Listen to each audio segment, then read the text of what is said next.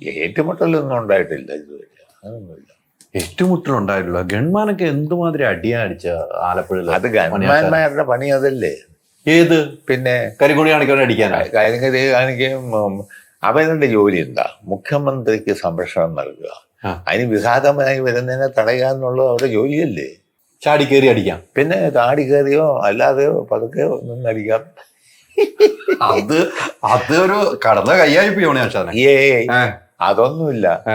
അത് അവര് ഞാൻ പറയാമെന്ന്, മുഖ്യമന്ത്രി ഇപ്പൊ കരുണാകരൻ വരുമ്പോഴാണേലും, ആന്റണി ആയിരുന്നപ്പോഴാണേലും, ഉമ്മൻചാണ്ടി വരുന്നപ്പോഴാണേലും, ഇപ്പൊ പിണറായി വിജയനോ നായനാരോ വരുമ്പോഴാണേലും ആവശ്യമില്ലാത്ത ആളുകൾ, ചെറുപ്പക്കാർ ചിലപ്പോൾ പല പ്രശ്നങ്ങളും വരും.